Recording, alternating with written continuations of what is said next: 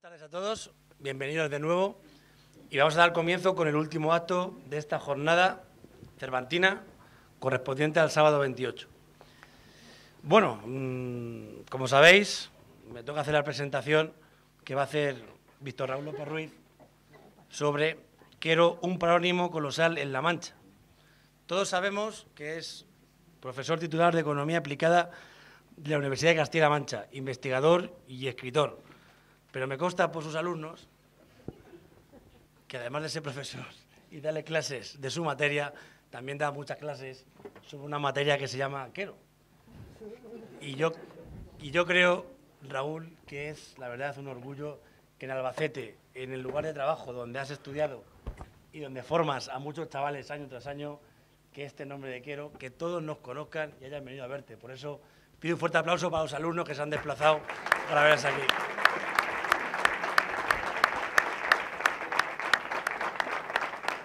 Y voy a ser muy breve porque quiero dejarle a él que haga su ponencia. Ha echado muchas horas, como le echa a todo. O sea que nada, quiero ni robarle ni un minuto de protagonismo, y no entrar. Y he querido también desviarme un poco de lo que es el típico formalismo de presentaciones en este tipo de congresos y en este tipo de formatos. Entonces, quiero simplemente describirte, Raúl. Sí. Quiero decirte que mi currículum, que lo he hecho yo para ti, el chico de la Emilia, un amigo, pero sobre todo eres un amante de tu pueblo, un loco enamorado del Hidalgo y, lo más importante, un patriota de la patria de cuyo nombre no quiero acordarme. Muchas gracias, Raúl. Seguiremos adelante. Te dejo.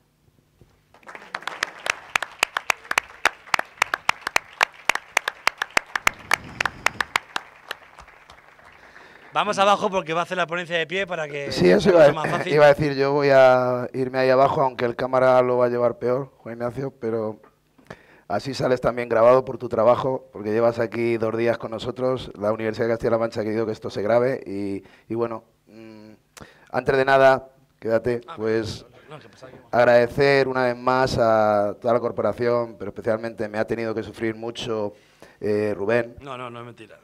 Y yo se lo agradezco, y Demetrio, y Pilar, pero bueno, Demetrio también, mis olvidos continuos, por mis nervios, por mis cosas, bueno, pues agradecéroslo, porque sin vosotros, os he dicho muchas veces que mucha locura puede tener alguien, pero si no se ve apoyado y refrendado, es imposible. Y por supuesto a todo mi pueblo, que ha estado detrás, ha llenado todos los días esta sala, y qué puedo deciros, que estoy encantado y este es mi regalo. Todos los años trato de hacer algo dentro de mi tiempo. El año pasado fue un reto para mí el libro que presenté, que lo tenéis aquí todavía algunos si no lo conoce, el libro de mi tío y de mi pueblo, Unidos.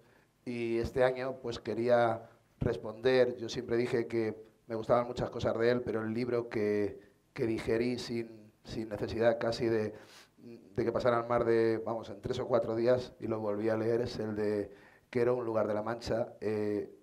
Y es el que más me ha gustado porque me llegó a convencer. Entonces, el tributo este año, pues yo quería escribir algo científico y a la vez pues desarrollar la idea de Alfonso de que Quero podría ser el lugar. En sus investigaciones y en las mías yo conozco solo a otro autor que este año ha estado a punto de venir, pero al final un congreso en Escandinavia no lo ha dejado, pero seguro que el año que viene estará aquí.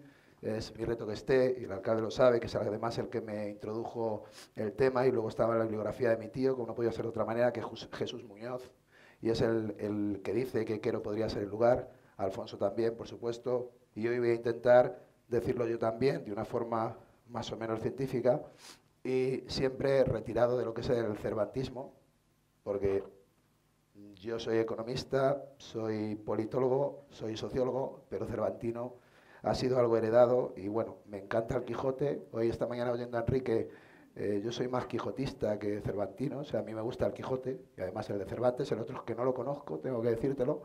Y bueno, hoy me has motivado para que sea mi próxima lectura. O sea, me ha encantado vuestro debate, y lo haré, lo leeré.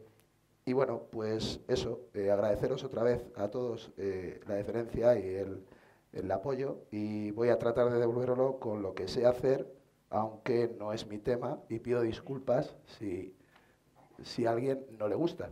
Pero bueno, es mi idea y además lo creo, por eso lo he defendido, con argumentos. Bueno, voy a bajar ya abajo porque es mi forma también de dar clase, como sabéis, y muchas gracias a mis chicos que están aquí, unos cuantos, y han tenido esa me da alegría veros en mi pueblo, como tantas veces os he dicho.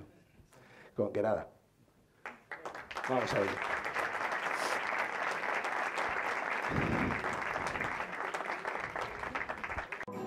Cada vez que me miras y yo te miro y yo te miro,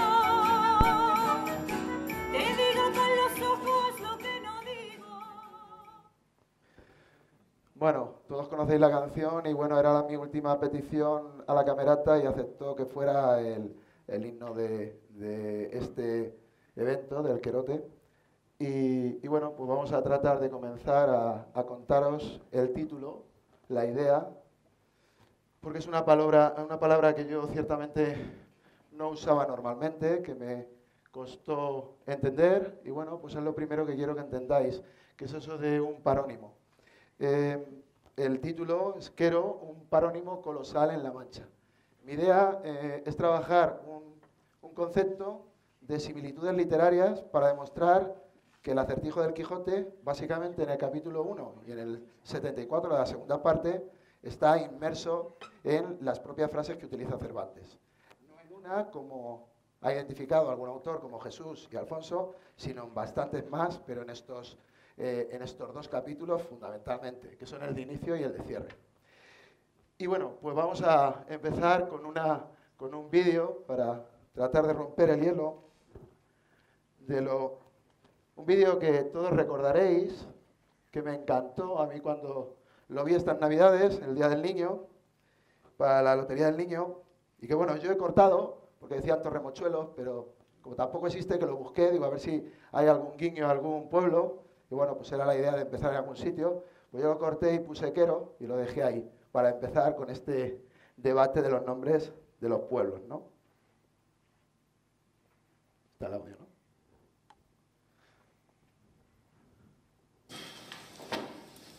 Bueno, ¿qué?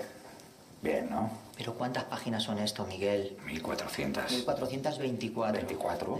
Que el que lo tiene que imprimir luego soy yo. Ya. La esperanza de vida es tan baja que no podrán terminar la novela. ¿Por qué no me traes algo de poesía? ¿Eh? Como Góngora. ¿Como quién? ¡Qué crack! Góngora. Por favor, Góngora es súper comercial. Leo al pie de la letra. En un lugar de La Mancha, cerca de... ¿Eh? Esto no vende, Miguel. ¿Y si pongo que no me acuerdo del sitio? ¿Cómo que no recuerdas bien? ¿Qué te pasa? ¿Tienes amnesia? Confía en mí. Mira lo que tengo. Mira. Que no son gigantes, señor, que son molinos. Son gigantes, Sancho. Los vendemos con cada novela. Los personajes. ¡Qué buena idea, Miguel! Entonces, Te la publico.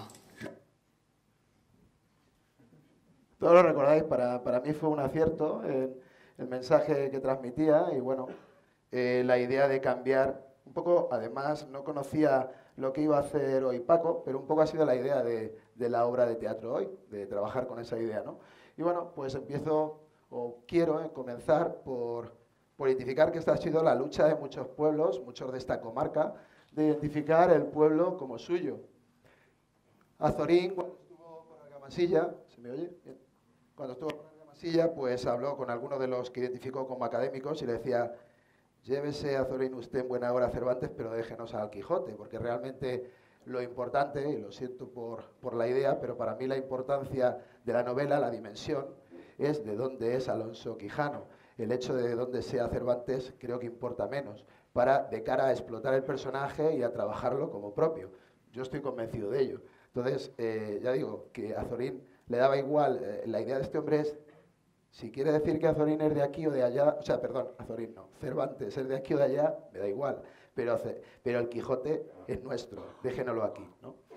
Y bueno, pues esa era la idea y vamos a empezar a trabajar una clase, pero con la participación. ¿Os habéis traído el libro del Quijote? ¿Alguien? Bien. Hombre, Juan. Hola. Otro alumno mío. Madre mía. Un poco más mayor. Sí. ¿Te lo has traído? O sea, que sabías. Vale, pues ahora lo mismo te hago leer. Bueno, pues partiendo del libro del Quijote, como decía, Bueno, yo cuando heredé esta historia del cervantismo, pues lo primero que hice, y Luis el otro día lo comentaba, era leerme el Quijote otra vez, porque hacía tiempo que me lo había leído y me decían el otro día que cómo se leía el Quijote. Yo creo que es con tranquilidad y capítulo por capítulo.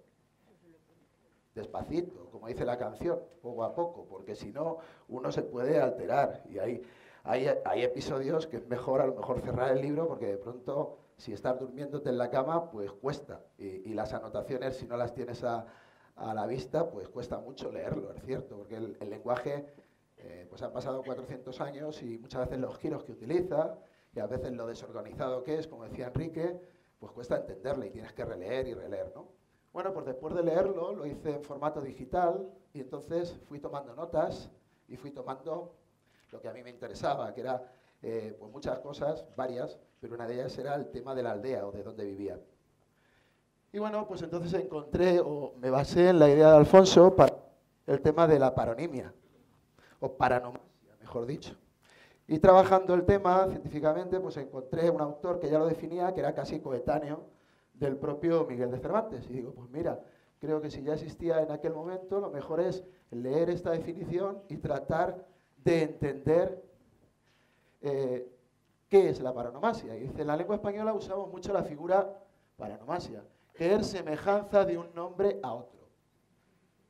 Porque para dar gracia con la alusión y ambigüedad a lo que decimos, nos contentamos y nos basta parecerse en algo un nombre a otro para usarle por él.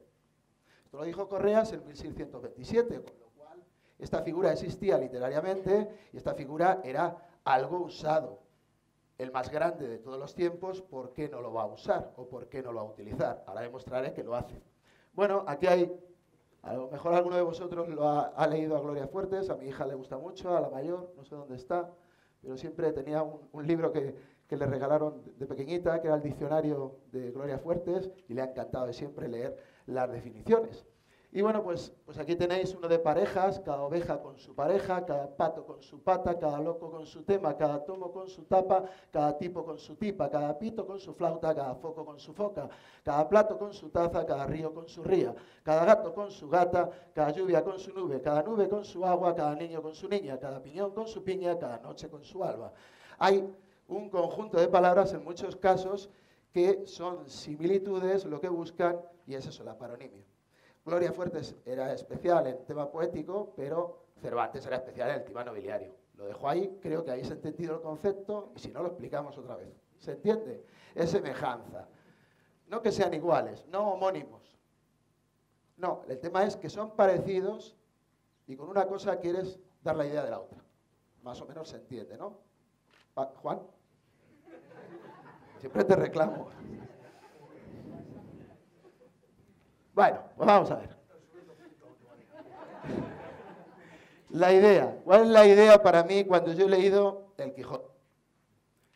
Para mí la idea, si yo me retrotraigo al siglo XVI y me intento pensar como esa gente, tenéis que pensar que un libro lo era todo. Yo voy a dirigirme a vosotros, a los que os debe gustar más El Quijote. El Quijote es muchas cosas a la vez, porque no había WhatsApp.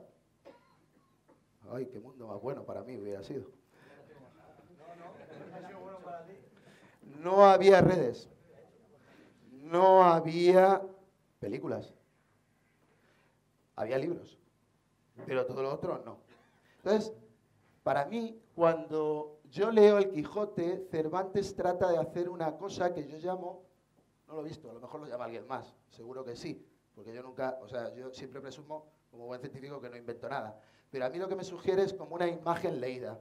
Yo no sabía cómo utilizar lo que yo, no sé si me entendéis, era una imagen sonora, no cine mudo, leída.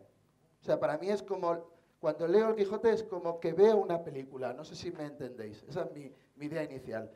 Porque las descripciones son muy auténticas, muy precisas, y tú cuando lees cómo era Alonso, te lo imaginas. Y a lo mejor lo que tú imaginas no es exactamente igual que otra persona, pero sí que se parece, porque no había cine. Pero era un artista en hacer esto, para mí, era un genio.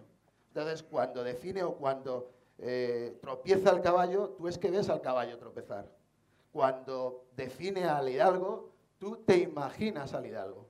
Cuando escucháis, y ahí voy a empezar con la primera, Sancho Panza, ya sé que ha hecho mucho daño las películas, etcétera, pero si no hubierais visto nada, seguro que imaginaríais ¿el qué? A una persona con panza. ¿Y Sancho? ¿Qué te sugiera? Bonachón. Ahí vamos, ya empezamos con el primer parónimo y es un ejemplo para empezar lo que os voy a contar. Eso sí que está, os recuerda algo así, ¿no? Claro, está en la idea, que os viene a la cabeza, claro, porque ya la habéis visto. Todos estos personajes os suenan. Pero realmente lo que hace Cervantes, es lo que se ha dicho aquí, Juan, pues que habla de Sancho como sano, santo. Es decir, la idea es usar un parónimo. Y esto está investigado, no lo digo yo. Entonces, busca en la naturaleza de un nombre la característica de esa persona. Por eso digo que es todo un lujo leer el Quijote en el sentido de que lo define y lo hace imaginar muy fácil. Porque no había vídeos, no había películas. Y esa es la idea con la que vamos a trabajar aquí ahora. Y esto lo hace, está reconocido, ¿no? Bueno, pues vamos a ver. ¿Cuál es la estructura de cómo lo quiero yo contar? Bueno, pues la idea es hablaros de cómo se forman... Este agua es mía, estoy seco, perdonad.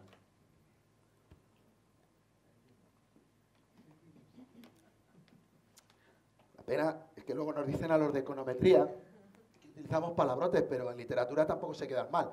Lo siento, aquí viene otra. Onomástica. Onomástica cervantina. Es el hecho de nombrar a las cosas, ¿no? Vamos a dejarlo así. Nombrar a las cosas. Pues va a ser con lo que vamos a empezar. Porque esto es lo que se dedica a hacer en el capítulo 1, que parece que con Paco y yo estábamos asociados, pero realmente la musa es lo que le iba diciendo. Cómo nombró esto, cómo nombró lo otro. El capítulo 1 eso está muy claro. Vamos a trabajarlo ahora. Después, algunas de las incógnitas que todos conocemos de la obra. ¿Cuáles son las grandes preguntas o los grandes problemas? Y luego las respuestas, que yo voy a tratar de dar desde otra perspectiva, que es el lenguaje. Porque la geográfica ya lo sabemos todos, que Quero es el lugar. No tengo que convenceros de ello. Pero voy a aportar otra idea, ¿no? Quiero decir, cumplimos el decálogo que yo a mi alcalde, a mi corporación le digo que ahora lo que han hecho después de hacer la ruta, pues lo que convendría es el decálogo de Alfonso de los 10 mandamientos para una aldea manchega, pues tratar de llevarlo a la realidad y sería un reclamo turístico muy bueno. Además, Quero lo tiene muy fácil porque ha evolucionado poco paisajísticamente en 400 años, en relevancia con otros lugares, por ejemplo, Villanueva de los Infantes, para irme al más raro, o Argamasilla, o Alcázar. Bien, este se ha mantenido más, el tema, no ahora estoy diciendo bien. Y bueno, pues vamos a dar las respuestas y vamos a ver unas conclusiones. Venga, vamos a ver. Primero, a ver, que me seco. Onomástica. Vamos a empezar con la primera idea. Bueno, esto es un recorte, me dejó Constantino, me hizo un enlace, pues yo tampoco lo sabía, de Biblioteca Nacional, donde está la primera edición del Quijote, y lo que he hecho es algún recorte para que lo veáis. Se ve realmente regular, pero bueno, pido perdón y por eso lo de traeros por si alguien lo quiere leer, le digo dónde está y lo buscamos y lo leéis, que por eso me haya dejado yo esto. Primero, Rocinante, que aquí ha salido también. Rocinante, pues así leído, pues uno piensa que es un supercaballo, pero claro, lo describe previamente. Entonces te das cuenta de la mofa o de la idea que quiere decir, ¿no? Y la idea, bueno, él propio, y leer el capítulo 1, él explica cómo crea la palabra. Y eso es lo bonito de Cervantes. En el capítulo 1, aparte de los días que dedica a hacerlo, en este caso 4, que dice que delante del caballo, imagináis a aquel hombre, por eso digo lo de la imagen leída, 4 días delante del caballo, imaginando un nombre, hasta que decide llamarle como el primero y mejor de todos los rocines, comparándolo con otros. Pero dice, siendo que antes solo era un cualquiera, apenas mulo o jumento malo, con más cuartos, y ahí otra idea, cuartos, lo está utilizando como grieta y moneda al tiempo, que un real, y tachas, faltas, que el flaco caballo de Gonela, que era un bufón, se habla de que es un bufón de los duques de Ferrara. Es decir, que dicho que es el mejor de todos, luego te dice que es una pena de caballo. Entonces, tú te lo imaginas como la mofa, dices, pues un super caballo, pero cuando ves la descripción dices, pues no, hombre, sería un caballo viejo, casi un mulo, ¿no? Bien, pues esta es, en cuanto a la onomástica, el trabajo que hace en el capítulo 1 muy adecuadamente Cervantes, presentando a todos y cada uno de sus principales personajes. Seguimos. El nombre, ya muy bueno, empieza a ser importante, o yo lo veo más importante por la comparativa que pueda tener con el del propio Quijote, donde acabaremos. El de su dama. Es cierto que fue posterior al suyo, es decir, cronológicamente en el capítulo está después del suyo. Y sí que es una base similar, o sea, Dulcinea del Toboso, Don Quijote de la Mancha, pero hay bastantes ideas diferentes, que es donde yo voy a entrar una vez lo he leído. Hay un enfrentamiento a lo real y sí, lo hace como una antítesis en cuanto a lo que era la propia Dulcinea, que era el Don Lorenzo, que era pues una saladora de puercos y más allá muchas interpretaciones que se han hecho de las características que tenía y le iba a poner, y en algún momento lo hace, en algún momento, aunque no es la idea para darle el nombre, la llama Emperatriz de la Mancha.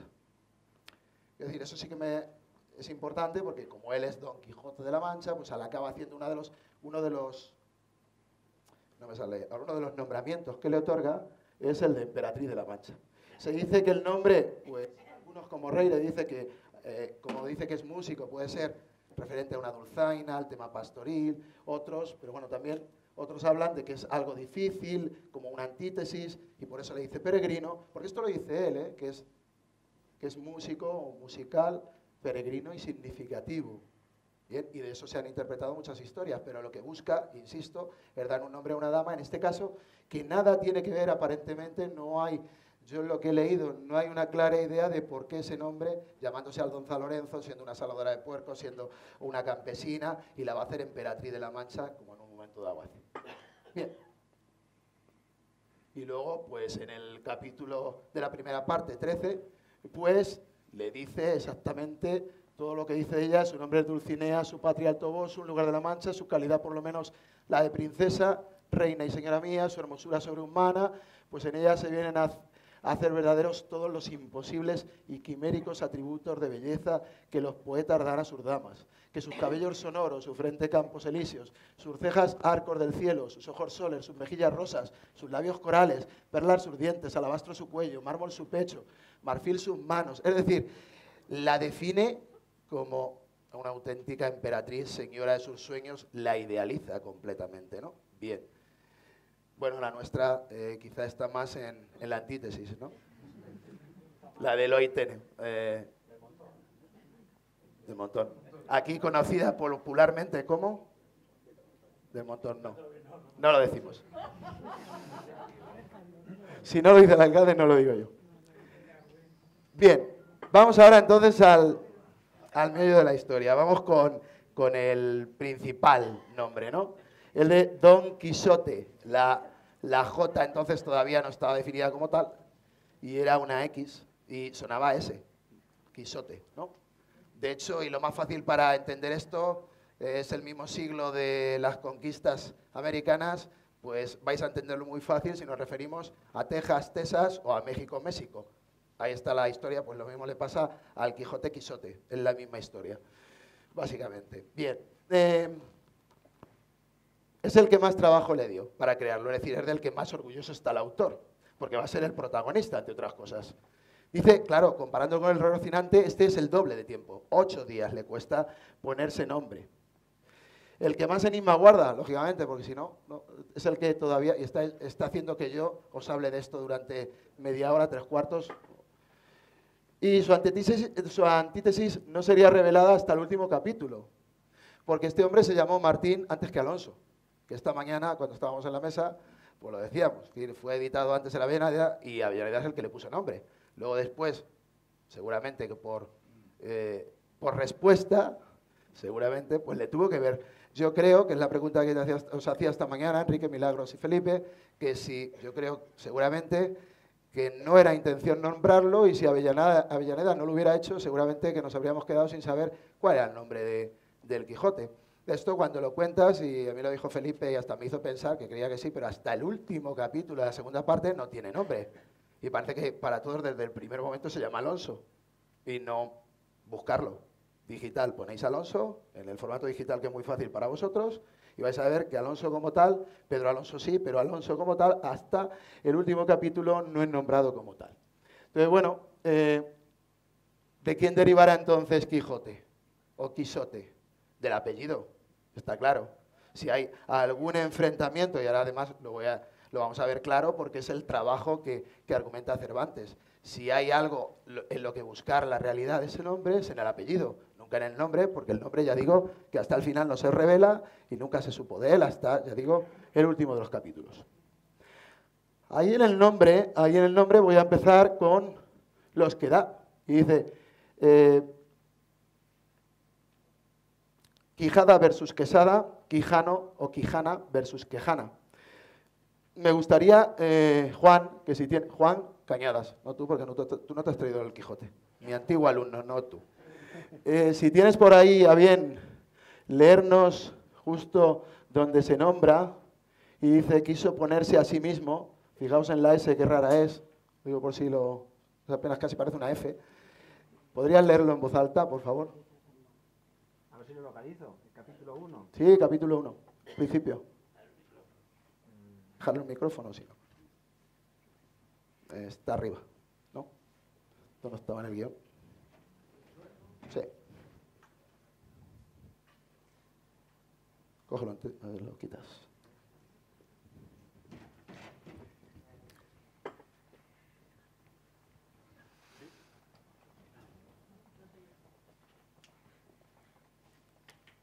Hey.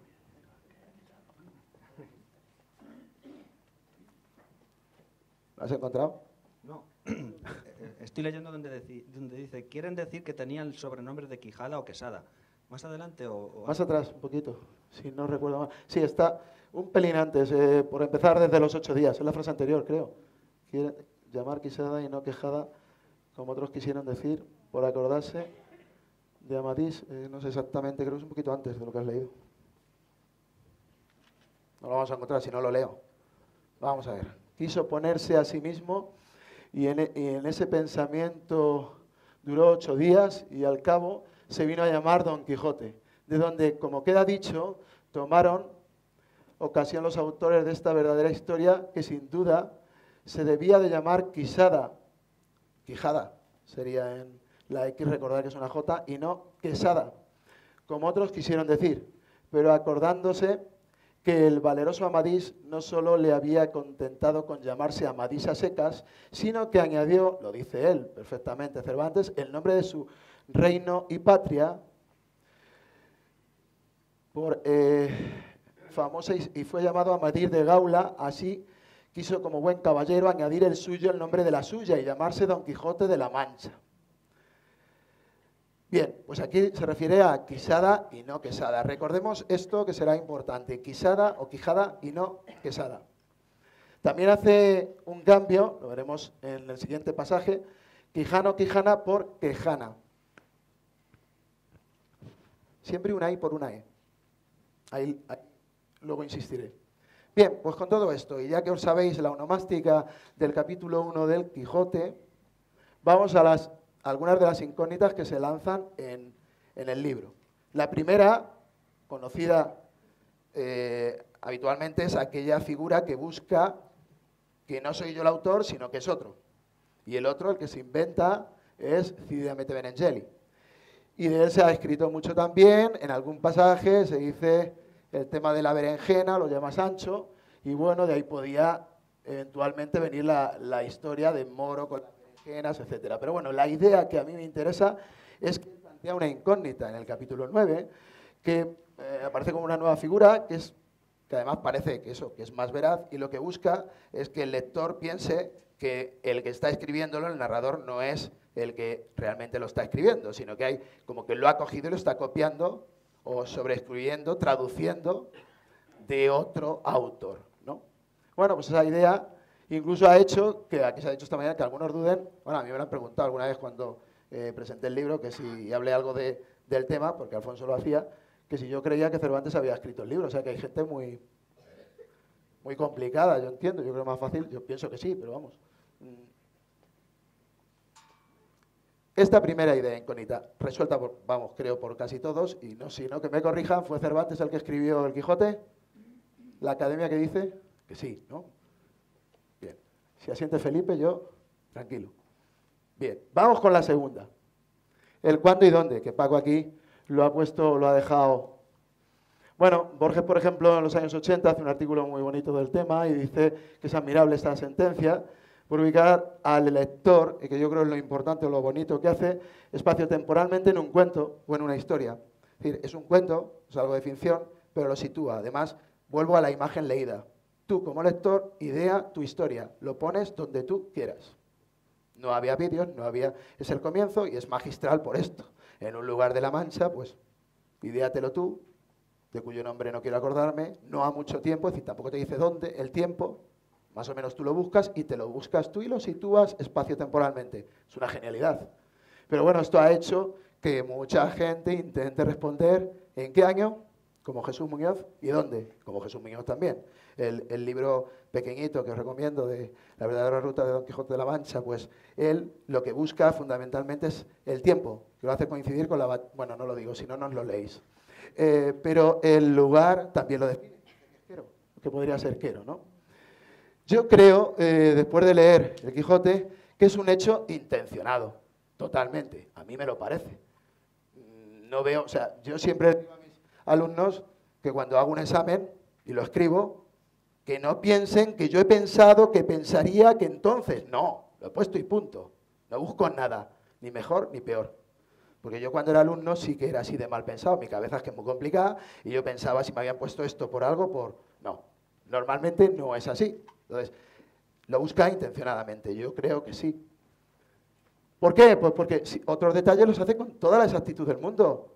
Cuando hablamos condición, patrimonio, costumbre, y mi idea del Quijote en tiempos A, y lo sabe mi tía que está aquí, era haber escrito con mi tío un tema o una idea del punto de vista económico del siglo XVI a partir de El Quijote, porque da para ello. Porque lo explica en muchas ocasiones muy bien, con mucha exactitud, cuál es el patrimonio de un hidalgo, cuál es el de un pechero, cómo funcionaban las relaciones económicamente entre ellos, da para al menos un artículo. Me gustaría hacerlo. En algún momento seguramente que lo haré. Quiero decir, que define todo, pero eso voluntariamente no lo hace. Y no lo hace porque así tú te creas tu imagen, donde tú quieras y cuando tú quieras. Es el lector el que decide. Bien, por eso digo que es un parónimo colosal, porque yo ahí veo... Claro, yo lo siento por muchos cervantinos, pero como no son de Quero, ellos no saben lo que yo sé. Es que yo creo que esa es mi defensa. Si fueran de Quero, entenderían que como otros tantos parónimos, y ahora lo voy a intentar explicar, pues este es uno. Está en la primera frase. ¿No sería magistral que hiciera acertijo y resolución en la primera frase? Yo lo pienso así. Y en un genio como era él, si de verdad era Quero, la cosa estaba clara, ¿no? Por eso lo de parónimo colosal. Bien, y ahí voy con Álvaro, que me identificó. Bueno, porque yo ahora soy cuantitativista, ¿no? Y entonces he decidido, como hizo algún autor, no voy a nombrarlos, pues de tirarme a los modelos económicos, a los modelos macroeconómicos, os voy a asustar con palabrotas de las mías, a la matemática, a la cuantitativa y a los modelos matemáticos. Y entonces digo, pues ahora sí estoy a gusto. Entonces voy a dedicar mi teoría cuantitativa a resolver este acertijo. Y ahí me acuerdo de una persona que vivió 200 años antes de Cervantes, apenas pues, 1347, creo que se llevan 200 años aproximadamente, que era este hombre, Octa, que Álvaro me recordó cuando cuento los principios de econometría generalmente aceptados. Uno es el principio de... Sí, pero ¿cómo le llamo yo? Principio de parsimonia. Ese es el de la navaja de Ockham y que utilizamos en todos los modelos. Bueno, algunos no. Quiero creer que hay gente que, como en literatura, no lo hace. Es decir, parece ser que cuanto más difícil sea la forma de resolver algo, mejor y más genio eres. Yo estoy totalmente en contra, desde el punto de vista científico, de esa idea. Y yo en ese caso busco siempre a Ockham. Y la econometría busca siempre a Ockham. Es decir, entre dos modelos, ante dos formas de escribir la economía que me den resultados parecidos, ¿sabéis con cuál me quedo? Con la más fácil. Y ellos se alegran, ¿a que sí? Siempre con la más fácil. ¿Por qué? Porque tiene doble ventaja. Es más fácil y explica lo mismo. Como en clase. Esto es como en clase. Estoy haciéndolo entonces como en clase. Es que habla de vez en cuando. Bien. En igualdad de condiciones, la explicación más sencilla es la más probable.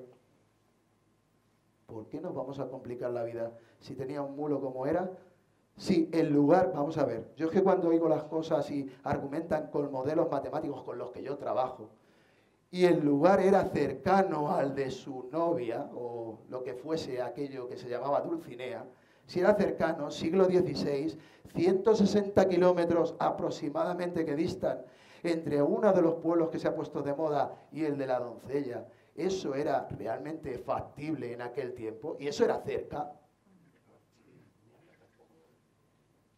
Vamos, yo hace 30 años conocí a mi mujer y esa era la distancia que había, y gracias a que tenía coche, y cerca no estaba, que tenía que ir todos los fines de semana a verla, y cerca no estaba. Entonces, ante dos situaciones, o sea, la explicación es la más fácil, está cerca, punto. Si no, no lo habría dicho. Y cerca, no son 160 kilómetros en el siglo XVI, yo entiendo. Aunque lo pongamos en leguas, sigue siendo mucho. Siguen siendo más de 20, ya está bien, la distancia está bien, ¿no? Por eso, geografía de distancia, el siglo XVI, bueno, pues ahí me voy a ir. A ese principio, ese va a ser mi principio cuantitativo para decir si quiero eso o no el lugar. Es decir, he hecho una teoría científica también. Desde el punto de vista económico, voy a coger una teoría y de ahí la voy a armar para conseguir que una hipótesis sea demostrable. Algo parecido a lo que hacen algunos yo lo he hecho en 10 folios, pero bueno, seguramente que no tiene la misma posibilidades que él, pero responde a la misma pregunta. Entonces, ante dos situaciones que responden a las preguntas, ¿sabéis con cuál me quedo? Con la más fácil. Bien, pues vamos a ver. Empezamos. No os tengo que, por lo menos a los de mi pueblo, quizá a vosotros sí, no os tengo que recordar toda la geografía del Quijote. Esto lo demuestra Alfonso en su libro, que es una de las cosas que hace el año pasado cuando os conté el lugar de la Mancha, pues lo tracé y bueno, no deja de ser curioso que los lugares que están citados o cervantinamente han sido de forma congruente determinados como, me refiero al campo de Cristana, que no está nombrado, pero según las relaciones de Felipe II también, si dijera aquí, la mayoría de los cervantinos que hay, todos coinciden en que Campo de Cristana sería el lugar que está cercano al Toboso y que tiene 30 molinos al menos, o bueno, por ahí andaba en aquel tiempo, ¿no? Bien, lo digo porque es el único de los que están ahí que no estaban nombrados. Porque Tembleque sí lo está, porque Puerto Lápice también, porque el Toboso también y Quintanar de la Orden también. Si os dais cuenta, en todo el centro, ¿quién está? Quero. Bueno, por eso digo que no tengo mucho más que... esta es mi hipótesis. Ahora sigo con el lenguaje científico. Esta es mi hipótesis y mi forma de resolverla es con el principio con la navaja de Ockham, la que hemos dicho antes. Ante dos situaciones que produzcan, me quedo con la más sencilla. Porque seguro que en la cabeza del genio estarían muchas cosas, pero no complicarse más la vida que hacerlo, ¿no? Bien, por eso creo que es la respuesta más probable. Y lo decían antes que yo, al menos estos dos autores, Muñoz, Jesús Muñoz y Ruiz Alfonso. Primera, y ahora voy con las cosas que puedo ir demostrando según la lectura de Quijote, pero como no la vas a encontrar, lo leo yo si no, Juan. A ver, la primera. No se revela intencionadamente. Bueno, evade el nombre desde el principio, desde el inicio. Lo hace quizá de forma forzada, pero después no tiene ningún problema en citar otros sitios, como el de su amada, que lo hace al párrafo casi siguiente o a la página siguiente. Dice dónde pesca Sancho, no tenía por qué decir, o dónde se va a segar, o tantos otros detalles o topónimos que utiliza, quizá no muchos, según tengo entendido, porque los cervantinos dicen que podrían haber sido mucho más, pero suficientes como para que conociera al menos la zona. Y igual que se molesta en identificar el Toboso, podría perfectamente haberse molestado en identificar a Quero o a otro lugar, pero no lo hace. No lo hace, por eso digo que es intencionado lo que hace. Primera hipótesis que creo que está clara, y no sé quién me la puede rebatir, pero yo la veo muy clara en la idea de que no lo hace adrede. No porque tenga nada que ocultar, sino porque realmente es algo, como lo decide Amete, una genialidad, pues para hacer que el lector se imagine donde quiera ese cuento. ¿Vale? Y bueno, además al final de la obra, quizás respondiendo a todo lo que había sucedido entonces, porque ya habría gente que se estaría apropiando el nombre, porque ya tendría la lectura alguna situación, pues lo dejaba como enigma, perfectamente decir que todas las villas y lugares, por lo que dice, este fin tuvo el ingenioso hidalgo de la Mancha, cuyo lugar no quiso poner Cide Hamete, ¿os acordáis? El que se supone que lo hizo, puntualmente por dejar que todas las villas y lugares de la Mancha contendieran entre sí, es decir, por hacer lo que estamos haciendo. Bueno, pues esa es, él mismo lo dice en el último capítulo, lo estaba haciendo adrede, totalmente. Primera cosa que tengo clara, cierta. Segunda, la onomástica, lo he dicho antes, es decir, el nombramiento del Quijote no es del nombre, es del apellido. Porque Alonso no se llamó hasta el último capítulo y Quijote se llamó desde el principio. Y ya he dicho antes, seguramente que si no lo hubieran nombrado antes, quizá habría muerto sin nombre. Nunca habría sido bautizado en la obra. Entonces, no parte de Alonso, más bien parte, pues como algunos defienden, que sea de Quijano o Quijana, ¿vale? Si bien del Quijote sí que creo que se deriva el apellido por la similitud. Queda aprobado también, porque no obedece a ningún rasgo relevante en la obra, sino a una respuesta como pongo Avellaneda o que en la primera obra eso no tuvo nombre. Entonces creo que puede ser perfectamente una idea o una idealización del apellido. Y el lío del apellido. Esto sí que, esto es donde yo he aportado o he intentado entrar, porque sobraba. No sé, sobraba todo este párrafo de idealización del apellido y más la dicotomía que ofrece entre 2 o 3 o 4 apellidos, ¿no? Y entonces, como decía antes, no duda en descripciones en esa, no duda de los datos de la dama en ponerla, no duda de su hogar, de su patrimonio, de las costumbres, pero sí del apellido. Duda adrede otra vez, yo pienso que es así, porque... Y lo estoy leyendo no como cervantista, sino como me han dicho, como lector, punto cero, en blanco, como científico si queréis. Entonces no busco nada, luego pondré a Quero, pero ahora mismo no busco nada, pero lo que tengo claro es que esto sobraba en la historia, porque no duda de nada, esto es un juego que se permite el autor. El juego es poderoso, pero hasta se decanta por uno y lo oficializa en el testamento a la sobrina, ¿vale? Que luego le cambia la... Bueno, pero esa duda, hay todo un abanico de posibilidades, pero todas tienen en común algo, que es la raíz. La raíz empieza siempre por Q, siempre, igual que Quijote. Y una vocal en la que ofrece el cambio de nombre. Entonces, yo como científico, y como irme a lo más sencillo, ¿para qué demonios hago todo esto? Si no es para intentar ocultar o dejar entrever dónde está la solución, por si no lo han tenido claro y no eran quereños los de la que leían la primera frase y no sabían que era Quero, ¿no? Entonces, lo que hace es siempre, y aquí dejo el... ¿Qué madrugador era? Quieren decir que tenía el sobrenombre de Quijada o Quesada. Que en ello hay alguna diferencia los autores, que de este caso dicen, ¿no? Aunque por conjeturas verosímiles parece que se llamaría Quejana. ¿Veis? Quisada, Quejada, Quejana. Todo en el mismo párrafo. Pero ello no importa para nuestro cuento, dices. Basta que en la narración de él no se haga no se salga un punto de la verdad. No importa, pero lo cuenta. Y lo cuenta, y la única diferencia que veis, o la básica, es una E por una I, todo el tiempo. Y además, voy a llamar la atención que viene en la siguiente diapositiva y hay otra. Cada vez que lo hace, y lo hace al menos 2 veces en el capítulo primero, que ahora voy con la otra, siempre empieza de la misma manera. Quieren o quisieron. Utiliza el verbo querer. Curioso. Mirarlo, está ahí. No lo digo yo, lo dice Cervantes.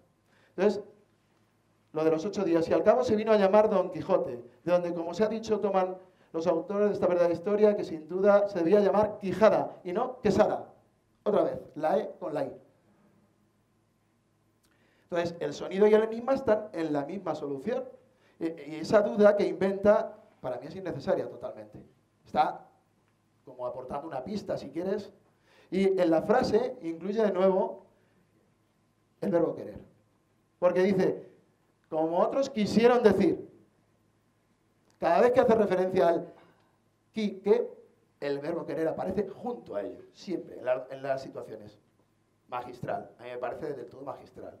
Si yo voy, lo estoy analizando con lo que aprendí de literatura, que no sé dónde quedó, pero desde un punto de vista totalmente básico. Para mí magistral lo que hace. Yo lo veo así. Quizá insisto porque soy de Quero. Entonces, Queriendo querer, digo, querote, quisote. Bien. Así os presento pues, el parónimo. En un lugar de la Mancha de cuyo nombre no quiero acordarme. Bueno, voy con otra más, que me sorprendió mucho. La querencia del rocín. El tema digital es importante porque hace que estas cosas sean fáciles de probar. Y bueno, pues podéis hacer una búsqueda. Y esa palabra aparece muy pocas veces. Creo que son 4, me parece que lo pongo, ¿no? Sí, en 4 ocasiones aparece la palabra en toda la obra. Y en la primera, que es al principio de lo que sería la primera parte antigua de Quijote, en los primeros 7 capítulos, aparece cuando se quiere volver la primera vez a su aldea. Y ahí, pues, hablaba Alfonso, dice que volvía por el estudio de caminería, que volvía por herencia hacia Villafranca, y Pedro Alonso lo recoge en el cruce de caminos que hay con el cruce de Toledo y se lo trae para acá. Curioso. Querencia. Quiero desde herencia. Lo dice 3 veces más y siempre es cuando apunta a la relación con la idea de volverse a su lugar. Ya sé que querencia puede interpretarse así, pero a mí me parece curioso y también lo añado como otra situación más. Esta es más curiosa, pero no deja de sorprenderme, ¿no? Quiero desde herencia ya sería un remate colosal para otro parónimo. Querencia. Claro, insisto, yo sé dónde está Quero y dónde está herencia. Muchos cervantinos no. Entonces, y si encima es la vuelta, pues yo puedo aportar esto, pero seguro que es fruto de mi imaginación. Pero ¿por qué no ser más simple que pensar otras cosas? Y vuelvo, geografía cercana junto al apellido. Claro, esto a mí me lo ha contado muchas veces también, vuelvo a él muchas veces porque es mi patrón, que los apellidos se usan siempre como topónimos, o la mayoría de las veces, digo Alfonso. Entonces, entre los pobladores 16, que pudieran ser el lugar del manchego con esa raíz, en el sitio que lo sitúa, solo hay 2. Solo. Quintanar de la Orden y Quero. No hay más. En esta zona. Y de Quintanar no era, porque ahí era el Ardudo el Rico. Lo siento, Álvaro, pero no era vecino suyo, por lo menos no lo dice así. Luego hay gente que le da la vuelta y en Quintanar acaban diciendo que no sé qué historia que podría ser, pero oye, si el Pedro Alonso es el vecino y el Ardudo no, es que no lo es. Y si no es que no es Quintanar. De ahí será el Persiles, que lo es, yo para mí sí, los Villaseñor, creo que están allí, por archivo está datado que están allí, pero este hombre no era de Quintanar. Entonces, ¿dónde podía ser? Solo me queda uno. Vale. Bueno, pues entonces creo que no tendría relación paronímica con el querido acertijo, y ahí vuelvo con el querer, ¿no? Bien. Y voy con la cercanía, y ya esto sí que es algo para rematar el tema geográfico, que no era el caso, pero oye, como todos, aquí no os voy a convencer mucho, porque aquí todos sabéis que Quero podría perfectamente ser aquel lugar manchego. ¿Por qué? Pues por el tema de cuestiones de ganado, por ir a Tembleque a segar. Claro, y a mí me cuesta trabajo pensar que con los sitios donde hay que segar, Sancho Panza, el hombre, tuviera que recorrerse desde Villanueva a los Infantes hasta Tembleque para ir a segar. Pero claro, estas cosas no sé si son complicadas y los modelos matemáticos te ofrecen otras cosas y son factibles y demostrables. Pero entiéndanme que me resulta complicado pensar que una persona del siglo XVI no tenga siembras más cercanas y irse a Tembleque desde Villanueva a los Infantes. Que ahora se necesitaría coche, son 200 kilómetros tranquilamente de hoy. Pensar en 200 kilómetros del siglo XVI. Respecto al resto de conjeturas geográficas, pues bueno, todas han sido probadas en muchos de los pueblos de La Mancha, en muchos de la comarca, no quiero entrar ahí, pero Quero las cumple todas a rajatabla. Pues por ejemplo, tiene río, tiene arroyo, tiene eras, tiene alto de entrada en el sur, para la tercera salida, tiene cofradías, tiene barbería, tiene hidalguías. La que más hidalgos tenía en aquel tiempo era Quero, el 25% de su población, como explicábamos el año pasado. Incluso entre sus avecindados había Cervantes, Saavedras en aquel tiempo. Es decir, que perfectamente, y Villaseñores, perfectamente, y un Pedro Alonso. También tenemos algunos de los personajes, aunque esto es lo menor. Es decir, siempre hay alguno fácil que case alguno. Como Alonsos hay tantos, pues también aquí teníamos un Pedro Alonso que perfectamente podría ser. Está en el archivo de parroquial y existió, ¿no?, en aquel tiempo. O en aquel posible tiempo, porque el tiempo recuerdo que no lo dijo tampoco. No sabemos cuándo vivió y si vivió Alonso como tal. porque no deja de ser un cuento. Bien, y eso es un poco lo que se ha introducido en el tema de la ruta cervantina que se ha presentado esta mañana, estas ideas, ¿no? El tema geográfico. Entonces, concluyendo, y voy a terminar con el tema de haceros reflexionar. Hemos dicho la teoría, hemos dicho la forma de resolverla. Hemos demostrado una por una las cosas que el propio Cervantes dice. Si os queda más cosas que añadir, os puedo añadir alguna más que estaban en el documento. ¿Cómo? Si es un parónimo realmente, quiero, parece, ¿por qué quiero, por qué no? ¿Alguien me lo sabría contestar? Aparte de que se parecen, hay una cosa más. Portugués. Efectivamente, en el siglo, al menos cuando vive Cervantes, no sé si cuando vivió Alonso, pero cuando él escribe, el portugués es un idioma integrado dentro del Estado español, o de lo que fuera como España, ¿no? Es el Imperio español. Bueno, pues dentro de ese imperio, Felipe II tenía, también consiguió tener Portugal, y era un idioma más. Entonces, quiero, en portugués se dice quiero, y también Cervantes era conocedor y se refiere varias veces a algún que otro autor portugués de renombre. Entonces, quiero por quiero, genial. El querer todo el tiempo que lo utiliza cada vez que habla del que y el qui, me parece suficiente como para pensar que no se quiso acordar adrede, pero que a la vez estaba resolviendo el enigma, porque quejada y quesada era innecesario y los puso ahí para enfrentarlos a Quijano y Quijote. Entonces, finalmente decidió Quijote, sí, por muchas razones lingüísticas, porque quesano o quesana puede tener otra acepción paronímica que nada tenía que ver, o sí, porque algunos también se empeñan a decir que se puede, pero porque si lo quería reflejar así, lo podría haber dejado por quesana y nunca haber sido a Quijana o Quijano. Entonces, yo creo que él cambió la I y lo hizo ver así y utilizó el verbo querer. Por tanto, yo creo que el sitio, para mí es el más sencillo pensar, porque geográficamente cumple todas las acepciones y literariamente cumple la paronimia de Cervantes. Y finalmente, os dejo con Quijote, es quisote, te quiso. Querote, que es el despectivo de quero, es te quiero. Con eso acabo, os quiero a todos los quereños y bueno, ahí tenéis vuestro regalo. Nada más.